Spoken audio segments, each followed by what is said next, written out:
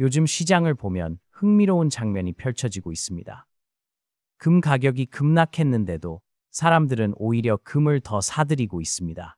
일반적인 투자 심리라면 가격이 떨어질 때 불안해하며 매도 버튼을 누르기 마련입니다.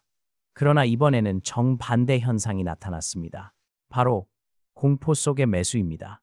최근 국제금 가격은 온스당 359달러라는 사상 최고점을 찍은 후 단기간에 40달러 밑으로 떨어졌습니다. 국내 KRX 금 가격 역시 그램당 22만 7천 원에서 18만 원대 중반까지 하락했습니다. 언뜻 보면 급락처럼 보이지만 그 시점에 한국 투자자들은 놀라운 결정을 내렸습니다. 바로 금 ETF에 500억 원이 넘는 자금을 몰아넣은 것입니다. 이 현상은 단순한 투기적 매수가 아닙니다. 오히려 가치 투자의 본질을 보여주는 행동이라 할 수 있습니다. 저는 늘 이렇게 말합니다. 시장 가격이 변한다고 해서 자산의 본질 가치가 변하는 것은 아니다. 금은 수천 년 동안 인류가 신뢰해온 유일한 실물 자산입니다. 전쟁이 일어나도 화폐가 흔들려도 금은 여전히 가치의 기준으로 남아 있습니다. 이번 폭락은 그런 금의 본질을 다시 시험하는 순간이었습니다. 대부분의 사람들은 공포에 흔들렸지만 일부 투자자들은 이 상황을 기회로 보았습니다. 그들은 단기 시세가 아니라 장기적 가치의 회복력을 믿은 것입니다. 특히 흥미로운 점은 대표 ETF인 ACKRX 금선물과 TIGER KRX 금현물로 만일 500억 원 이상의 자금이 유입되었다는 사실입니다. 이들 상품의 수익률은 오히려 3%였지만 투자자들은 팔지 않고 꾸준히 사들였습니다. 이는 단순히 숫자를 따라가는 투자가 아니라 경제의 흐름과 통화 가치의 변화를 이해하고 있는 생각 있는 돈의 움직임입니다. 워런 버핏의 관점에서 보면 이 행동은 지극히 합리적입니다. 그는 시장은 감정적이지만 성공적인 투자는 합리적이다 라고 말했습니다. 금의 가치가 단기 조정에 흔들릴 수는 있지만 세계 경제의 불확실성과 화폐 가치의 약화가 지속되는 한 금은 결국 본래의 위치로 돌아옵니다. 따라서 지금의 폭락은 위기가 아니라 준비된 투자자에게는 오히려 저자 매수 할인된 기회일 수 있습니다. 단, 중요한 것은 투기가 아닌 분할 매수와 장기 보유라는 원칙입니다.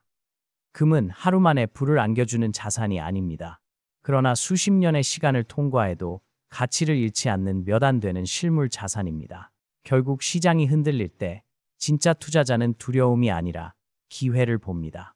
지금 한국에서 벌어지고 있는 금 사재기 열풍은 어쩌면 공포를 이기는 믿음의 실험일지도 모릅니다. 금 ETF 시장으로 몰린 500억 원의 자금은 단순한 숫자가 아닙니다. 그 안에는 한국 투자자들의 심리 변화 그리고 자산 시장을 바라보는 철학이 담겨 있습니다. 대부분의 사람들은 가격이 오를 때 환호하고 떨어질 때 두려워합니다. 그러나 진짜 투자자는 반대로 행동합니다. 가치가 떨어질 때 비로소 기회가 생긴다는 사실을 알고 있기 때문입니다. 지난 한 주만 보더라도 ACKRX 금선물 ETF에는 151억 원이, TIGER KRX 금현물 ETF에는 약 400억 원이 새로 유입되었습니다. 두 상품 모두 금 가격 하락기 동안 수익률이 3% 수준이었는데 그럼에도 불구하고 매수세가 멈추지 않았습니다. 이건 단순히 떨어졌으니 오르겠지라는 감정적 판단이 아닙니다. 철저하게 장기적 관점에서 자산을 재배치하는 움직임입니다. ETF 자금 유입은 곧 신뢰의 표시입니다. 금은 배당을 주지 않습니다. 이자도 없습니다. 하지만 그것이 오히려 장점이 될 수 있습니다. 금은 국가의 부채나 화폐 정책에 종속되지 않는 순수한 자산이기 때문입니다. 투자자들은 바로 이 점을 인식한 것입니다. 금은 누구의 빚도 아닌 자산이라는 점에서 시장 불확실성이 커질수록 빛을 발합니다. 특히 최근 금리 인하 기대가 높아지면서 현금 가치가 점차 약화되고 있습니다. 예금 금리가 낮아질수록 사람들은 화폐 대신 실물 자산을 찾게 됩니다. 그 결과 ETF를 통해 손쉽게 금에 투자하는 흐름이 가속화된 것입니다. 예전에는 금을 사려면 실물을 구입해 보관해야 했지만 지금은 클릭 한 번으로 포트폴리오에 금을 편입할 수 있습니다. 접근성의 혁신이 새로운 수요를 만든 셈입니다. 워런 버핏은 이렇게 말했습니다. 당신이 잠을 자는 동안에도 돈이 일하지 않는다면 당신은 죽을 때까지 일해야 한다. ETF 투자는 그 철학을 실현시킨 도구입니다. 금 ETF는 단기적 수익보다는 인플레이션, 통화 가치 하락, 지정학 리스크로부터 자산을 방어하는 역할을 합니다. 이번 일 500억 원의 유입은 결국 투기적 자금이 아닌 위험 회피 자금입니다. 공포 속에서도 시장의 구조를 읽는 이성적 판단이 만들어낸 결과입니다. 결국 중요한 것은 금 자체보다 그 금을 바라보는 관점입니다. 단기 차익을 노리는 사람은 불안 속에 흔들리지만 장기 가치를 보는 사람은 가격 하락을 기회로 인식합니다. 지금 금 ETF로 흘러든 일 500억은 그런 냉철한 돈, 생각하는 돈입니다. 시장을 움직이는 가장 근본적인 힘 중 하나는 금리입니다. 금리는 자산의 가격뿐 아니라 사람들의 심리, 기업의 투자 방향, 그리고 화폐의 가치를 결정합니다. 지금 전 세계가 다시 한번 금리 인하의 시대로 돌아가고 있습니다. 미국 연준을 비롯해 주요 중앙은행들이 경기 둔화를 막기 위해 완화적 정책으로 방향을 트는 순간 시장은 즉각 반응했습니다. 금리가 내려가면 현금의 힘은 약해집니다. 돈을 들고 있어도 더 이상 이자를 많이 받지 못하기 때문입니다. 따라서 사람들은 자연스럽게 다른 실물 자산으로 눈을 돌립니다. 그 중에서도 가장 오래된 대안이 바로 금입니다. 금은 이자를 주지 않지만 반대로 인플레이션과 통화가치 하락에서 자신을 보호할 수 있는 방패 역할을 합니다. 워런 버핏은 과거에도 이런 말을 했습니다. 화폐의 진짜 위험은 인플레이션이다. 그리고 금은 그 위험을 측정하는 온도계다. 지금 금리 인하 기대가 높아지는 이유는 단순히 경기 부양 때문이 아니라 그 부작용으로 돈의 가치가 희석된다는 점에 있습니다. 화폐가 약해질수록 금의 상대적 가치는 강해지는 법입니다. 흥미로운 점은 이 논리가 단지 이론에 그치지 않는다는 것입니다. 지난 20년간 금 가격의 주요 상승 구간을 보면 대부분이 금리 하락기 혹은 실질 금리가 낮았던 시기였습니다. 2008년 금융위기 이후의 양적 완화 시기, 2020년 코로나 팬데믹 직후의 초저금리 시기 모두 금이 폭등했던 시점이었습니다. 지금의 상황도 크게 다르지 않습니다. 한국 투자자들이 금 ETF를 대거 매입한 것도 이 같은 통화 환경 변화에 대한 대응으로 볼 수 있습니다. 단순히 단기 가격 조정이 끝나면 반등할 거라는 기대보다 화폐 시스템이 약해질수록 금의 구조적 가치가 커진다는 인식이 작동한 것입니다.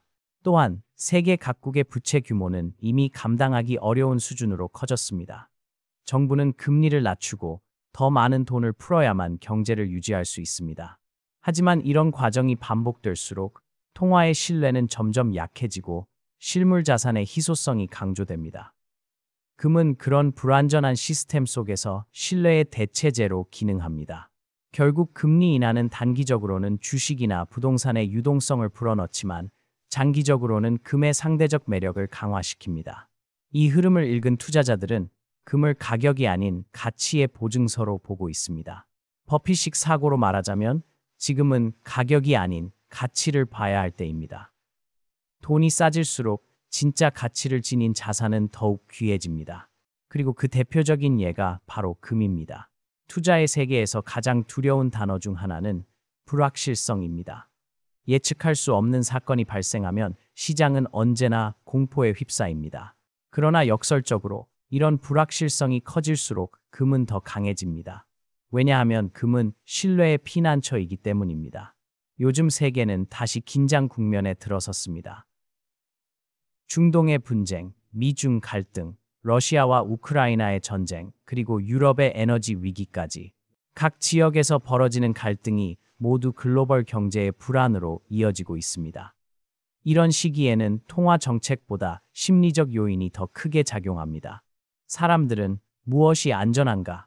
라는 질문을 던지고 그 답은 언제나 같았습니다. 바로 금입니다. 금은 정치적 의사결정이나 금융 시스템의 실패와 무관하게 존재하는 자산입니다. 주식은 기업의 이익에 의존하고 부동산은 경기 순환에 따라 움직이지만 금은 그 어느 것도 필요로 하지 않습니다. 워런 버핏이 강조했듯 진짜 위험은 자산 가격의 변동이 아니라 그 자산에 대한 신뢰의 상실입니다. 세계가 불안할수록 신뢰의 기준으로서 금의 역할은 더욱 중요해집니다. 최근 런던 금 거래소에서는 금을 운송하는 보안 차량의 행렬이 다시 붐비고 있다고 합니다. 실물 금을 사서 금고에 보관하려는 투자자들이 늘어나고 있다는 뜻입니다. 한국에서도 비슷한 현상이 나타납니다. 백화점과 금은방 앞에는 실물 골드바를 구입하려는 대기줄이 길게 늘어서 있습니다. 사람들은 이제 단순한 투자 수단이 아니라 위기 속 생존 자산으로 금을 바라보고 있는 것입니다. 특히 지정학 리스크는 단기적 충격보다 장기적 불안감을 남깁니다. 전쟁, 제재, 공급망 붕괴, 원자재 수급 불균형은 결국 인플레이션 압력으로 이어집니다. 금은 이 모든 불안 요소의 역상 자산으로 작동합니다. 즉, 세상이 흔들릴수록 그 가치는 반대로 높아지는 구조입니다. 버핏의 관점에서 보면 이런 시기야말로 자산의 본질적 안정성을 시험하는 순간입니다. 주가가 요동치고 환율이 출렁일 때 금은 조용히 그 자리를 지킵니다. 단기적인 변동성은 있을 수 있지만 장기적으로는 사람들의 불안을 먹고 자라는 자산이기 때문입니다. 이제 금은 단순히 투자 수단이 아니라 위험 회피의 철학이 되었습니다. 세계가 불안할수록 투자자는 더 단단한 신뢰를 찾아야 합니다. 그리고 그 신뢰의 상징이 바로 금입니다. 금 투자에는 숫자보다 더 강력한 힘이 있습니다. 바로 심리입니다. 사람들은 불안할수록 금을 찾고 확신이 생기면 금을 잇습니다. 그러나 진정한 투자자는 그 반대의 시점에 움직입니다. 모두가 외면할 때 담고 모두가 몰릴 때 조용히 물러섭니다. 이 단순하지만 어려운 원칙이 바로 워런 버핏식 사고의 핵심입니다. 요즘 해외에서는 재미있는 현상이 벌어지고 있습니다. 이른바 골드버그 현상입니다. 금을 신봉하는 투자자들의 모임이 다시 활기를 띠고 있는 것이죠. 이들은 지금의 시기를 황금 세일 시즌이라고 부릅니다. 가격이 떨어질 때마다 오히려 웃으며 더 매입합니다. 그들의 논리는 단순합니다. 시장은 감정적이지만 가치는 냉정하다. 이 심리적 패턴은 한국에서도 유사하게 나타납니다. 금값이 하락하자 오히려 실물금을 사려는 대기줄이 생겼습니다. 불안이 커질수록 사람들은 눈에 보이는 무언가를 원합니다. 종이 자산이 아닌 손에 감수 있는 실물. 그것이 바로 신뢰의 상징이 된 금입니다. 흥미로운 점은 이런 현상이 단순한 공포 반응이 아니라 집단 학습의 결과라는 것입니다. 팬데믹, 금융위기, 인플레이션을 겪으며 투자자들은 하나의 교훈을 얻었습니다. 결국 남는 것은 실물이다. 전쟁이 나고 시장이 흔들려도 금은 여전히 거래되고 가치가 유지됩니다. 이 경험이 투자자 심리에 각인된 것입니다. 워런 버핏은 항상 말했습니다. 시장은 단기적으로 투표 기계지만 장기적으로는 저울이다. 지금 금을 사들이는 사람들은 투표가 아니라 저울질을 하고 있습니다. 단기 가격보다 신뢰의 무게를 보고 있는 것이죠. 그들은 단기 손실에 연연하지 않습니다. 오히려 가격이 내려갈수록 평균 매입 단가를 낮추는 기회로 활용합니다. 또한 ETF로 투자하는 세대와 실물금을 선호하는 세대 사이의 차이도 흥미롭습니다. 젊은 투자자들은 클릭 한 번으로 금을 사고 팔 수 있는 ETF를 선호하지만 중장년층은 여전히 금괴의 무게감을 신뢰합니다. 그러나 두 방식 모두 공통된 철학을 가지고 있습니다. 바로 불확실한 세상에서 내 자산을 지키겠다는 의지입니다. 결국 골드버그 현상은 단순한 유행이 아닙니다. 그것은 신뢰를 잃은 시대의 자연스러운 반응입니다. 금은 단기 차익을 위한 수단이 아니라 불안한 세상을 견디기 위한 정신적 안전자산이 되고 있습니다. 가격이 아니라 심리를 읽는 투자자, 공포 대신 확신을 선택하는 투자자, 그들이 바로 시장의 진짜 승자입니다. 금 투자에서 가장 중요한 것은 타이밍이 아니라 태도입니다. 단기 등락에 흔들리지 않고 자산의 본질적 가치를 믿는 태도 말입니다. 금은 하루아침에 부자가 되게 해주는 자산이 아닙니다.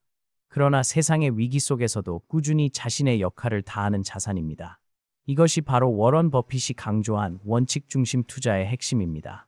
많은 사람들이 금값이 떨어지면 불안해합니다. 그러나 진짜 투자자는 이런 시기를 기다립니다. 좋은 자산은 세일할 때 사라. 버핏의 이 말처럼 금값이 조정을 받을 때마다 장기적 관점에서 천천히 모으는 것이 현명한 전략입니다. 중요한 것은 금의 단기 가격이 아니라 그것이 포트폴리오에서 어떤 역할을 하는가입니다. 금은 기업처럼 이익을 내지 않습니다.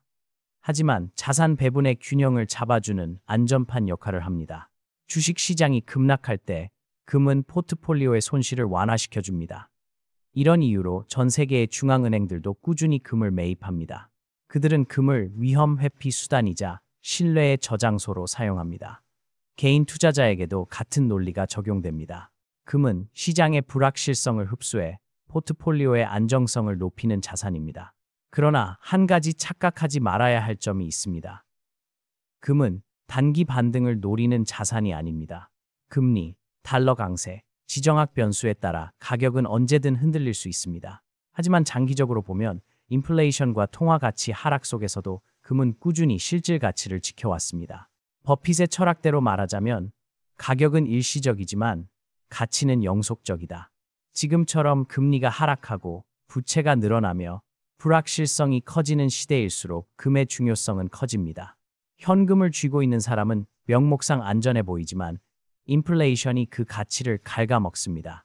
반면 금은 단기적으로는 변동성이 있어도 장기적으로는 실질 구매력을 보존합니다. 따라서 현명한 투자자는 금을 단독 투자 수단으로 보기보다 자산 포트폴리오의 핵심 축 중 하나로 봅니다.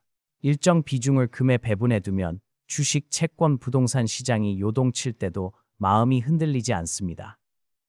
이것이 바로 원칙을 지키는 투자입니다. 결국 금 투자의 본질은 시장 예측이 아니라 자기 확신입니다. 세상이 흔들릴수록 원칙을 지키는 사람만이 살아남습니다. 그리고 그 원칙의 중심에는 언제나 같은 진리가 있습니다. 공포의 순간에 매수하고 탐욕의 순간에 쉬어라. 그 철학이 오늘의 금 시장에서도 여전히 유효합니다.